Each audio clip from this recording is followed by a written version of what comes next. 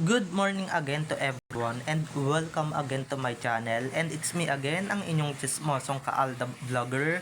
So gusto ko munang magpasalamat sa inyong lahat sa mga walang sawa na tumatangkilik, nanonood, sumusuport at sumusubaybay ng mga content ko here on my YouTube channel. So wag ninyong babaktawan o lalaktawan tong ating content.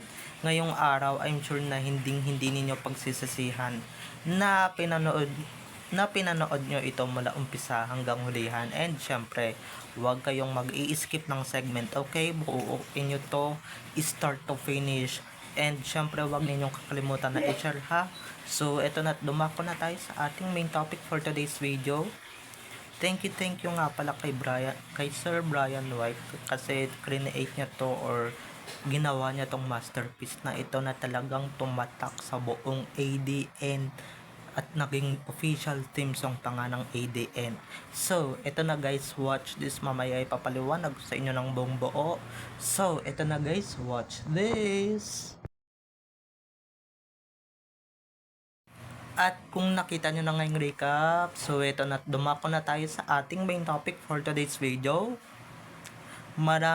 We want just to say thank you. We want to say thank you to Sir Brian White or Brian White na he create the official theme song of Aldab na napakagandang kanta. Kahit na wala pang Aldab noon, naririnig ko na tong God Gave Me You 2013 pa yata to.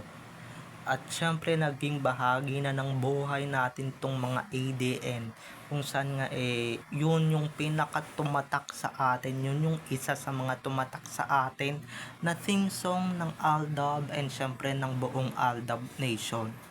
'Di ba? Sino ba naman ang hindi mababaliw dun sa kantang yun? 'Di ba? Kada may scene yung dalawa, kada may dub smash yung dalawa, isa yung kanta na yan sa mga naririnig ko. At syempre, 'di ba? Lahat ng mga tao noong Aldab era pa, 2015 to 17 or 2018, yan ang pinapatugtog ng Aldab Nation noon. At maski dito sa kahit saan mga radio stations, naririnig ko talaga yan. Pambansang awitin na yan ng Aldab. Grabe, pati ng Aldab Nation. Although pati Thinking Out Loud, pero hindi naman namin masyadong paborito yung Thinking Out Loud Pero ito talagang God gave me you, kasi nga 'di ba, binigay siya ng Diyos. Yun yung Tagalog meaning ng God gave me you sa mga hindi nakakaalam. Okay? Binigay ka ng Diyos sa akin. So, or binigay ka ng Diyos sa akin. Yun pala yung meaning nun. So, 'di ba, napakagandang meaning. At syempre, pagka maririnig mo yan at naririnig mo yan ngayong 2025, 'di ba, pag naririnig mo yung kantang yan, sino ba ang una ninyong maiisip? 'Di ba, mai-inlove ka agad. At syempre, babalik talaga yung memories ninyo kung gaano kayo ka-addict sa Aldab. 'Di ba, kung gaano kayo kinikilig sa Aldab na pinutol ng mga walang yang animales, 'di ba? Ng mga ulupong pinutol talaga nila, kasi nga yung mga artista, yung mga alagain nila, yung mga alaga nilang artista, pinutol agad yung Aldab pa, hindi na sila napapansin, 'di ba? Pero isa to sa mga number one talaga sa Aldab and sa Aldab Nation. Hanggang ngayon, 10 years ago, usong-uso pa rin yung kantang yan. Talagang kinakanta pa rin, talagang pinapatugtog pa rin. And syempre, gamit na gamit yan tuwing may anniversary ang Aldab Nation. 'Di ba? Tuwing may anniversary, at tuwing nagre-reminisce ka sa Aldab, or need mo mag-reminisce sa Aldab, patugtugin mo lang yung kantang yan, 'di ba? Talagang, at lalong lalo na siguro pagka in love ka, talagang yan yung patutugtugin mo, one of your official songs yan. And syempre, isa yan sa mga tumatak ng sa Aldab. Although pati laging tapat ni Julina Magdangal, ni God Gave, yung Thinking Out Loud ni Ed Sheeran, tumatak din naman. Kaso hindi kasing tatak ng God Gave Me You na talagang ginamit talaga at kinanta nila to sa Philippine Arena. Talagang pag kinakanta to ni Alden, talagang dagundong talaga ang buong Broadway noon at syempre yung Philippine Arena. 'Di ba? Ito ngayon dinuwitan nila na Min at sayang hindi nga lang sila nakagawa ng duet version nitong kantang to. Grabe. Napaka-hype na itong kantang to dati.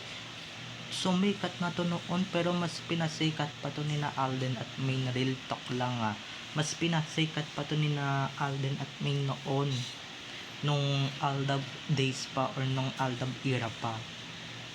Nung 2015 kasi madalas nila tong gamitin as their background, as their dub smash or song dub smash kasi yun yung pamamaraan nila para makapag-communicate noon, dub smash. And syempre pinapatugtog nila yan lahat talaga ng Aldab Nation.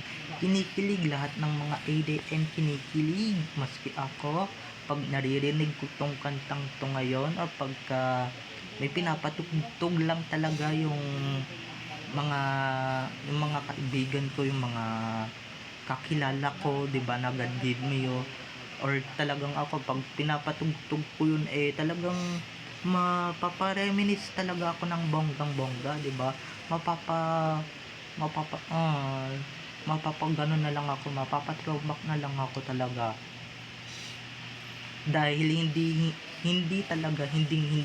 makakalimutan talaga to ng ADN, ng buong Aldab Nation, dahil bahagi na to ng buhay natin, bahagi na to ng kasaysayan natin, and bahagi na to ng pagkatao natin, 'di ba? Bahagi na to ng childhood natin, and syempre ng pagiging teenager, and lalong-lalo na ng pagiging binata natin no. Lalong-lalo na yung mga seniors na naging bahagi na rin ng buhay ng Aldab, 'di ba? I'm sure talagang alam nyo to at talagang tumatak talaga sa inyo to. Hindi man kasing tatak ng ibang theme songs ng Aldab na binanggit ko, pero talagang iba talaga yung hype na ito ng God Gave Me You, or yung iba yung hyper na itong God Gave Me You. Hype for short, hyper, okay? Hype, hindi yung HAYOP, hindi yon. Okay, bad yon. So hype, okay? HYPE, yun yung sinasabi ko, okay? Dahil baka mamaya kung ano na naman yung isipin ng mga animal dito sa social media. So balik tayo sa God Give Me You. Ito talagang pinakatumatak sa ating lahat hanggang ngayon. Although pati mga laging tapat, yung mga iba nilang ginagamit na talagang Aldab theme song, talagang tumatak din naman. Kaso hindi kasing tatak na itong God Give Me You, na pagka naririnig mo talaga, na pagka pinapatugtog or naririnig mo sa radio or sa cellphone mo, na talagang Aldab to, sa Aldab tong kantang to mapapaganon ka na lang, 'di ba? Mapapaganon ka na lang, mga ka-Aldab Nation, at talagang mapapareminisce ka na lang talaga ng bonggang-bongga pag yan yung pinatugtog mo. Kahit ilang pong taon man ang lumipas, ilang pong taon man ang dumaan, magkaanak man tayo or magkapamilya man tayong lahat, 'di ba?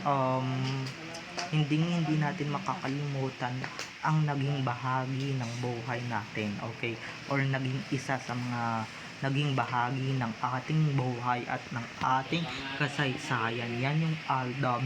Kaya kahit ano man gawin nilang bura, 'di ba? Kahit ano man gawin nilang pilit na burahin, kahit ano man pilit nilang wasakin ang Aldab, hindi na nila mawawasak yan, guys. Napakatibay na ng Aldab, okay? Napakatibay na ng pundasyon ng Aldab. Lalong-lalo na ng dalawa, 'di ba, ng mag-asawang Alden at Main. Kung yung love team nasira ninyo, yung mga nagawa naman nilang kasaysayan, hindi nyo na talaga masisira, okay? Hindi nyo na talaga mawawasak pa ng bonggang-bongga. Kung mawawasak nyo man, edi good luck, di ba? Kung mawawasak nyo. Eh, yung fandom nga, di ba? Ilang taon nyo nang winawasak. 2018 pa 7 years na yung Sarsuela, ha? Take note lang, 7 years na yung Sarsuela, pero never nyo pa rin nasisira yung fandom. Hanggang ngayon, nandito pa rin kami, nandito pa rin yung buong Aldab Nation, nandito pa yung buong ADN na talagang tinik sa lalamunan ninyo, tinik sa GMA, tinik sa ABS-CBN. Hanggang ngayon, hindi nyo pa rin nawawasak. Yung love team lang yung nawasak ninyo, pero yung fandom, hindi ninyo nawasak, di ba? Hindi kayo nagtagumpay, nawasakin yung fandom. Yun yung main goal nila, pero sorry na lang, mas paano ninyo wawasakin? Eh, marami kaming tumatak na ginagawa, di ba? Bukod sa God Gave Me, o bukod sa team songs ng Aldab, nagpapa-charity din kami yan. Nagpapa-charity din kaming mga ka-ADN.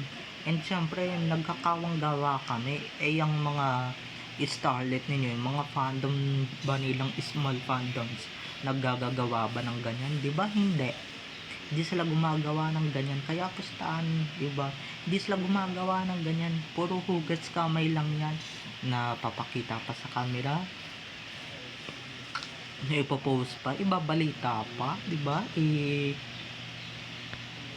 Ibo-broadcast pa na tumulong ka. Yung ADN hindi na kailangan i-broadcast at hindi na dapat ibalita na talagang tumulong ka. Even Alden noon, hindi na talaga binobroadcast ni Alden noon na tumutulong siya. Okay?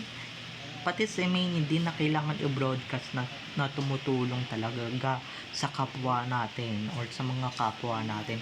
Hindi gaya ng iba dyan na napapansin lang, kaya binobroadcast nila, kaya hinahayag nila sa buong mundo na tumutulong sila.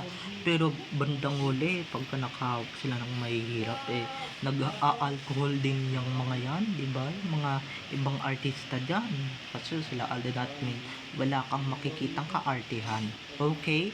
So, bye-bye na mga ka-ADN. Don't forget to subscribe to my YouTube channel. And syempre, huwag ninyong kakalimutan na i-click ang notification bell para pag nag-upload ako, kayo agad ang unang-unang makakanood, and syempre kayo agad ang unang-unang makakasubaybay ng aking mga videos. So, bye-bye na mga ka-ADN. Have a nice day. Keep safe and God bless everyone. Bye-bye. I love you all.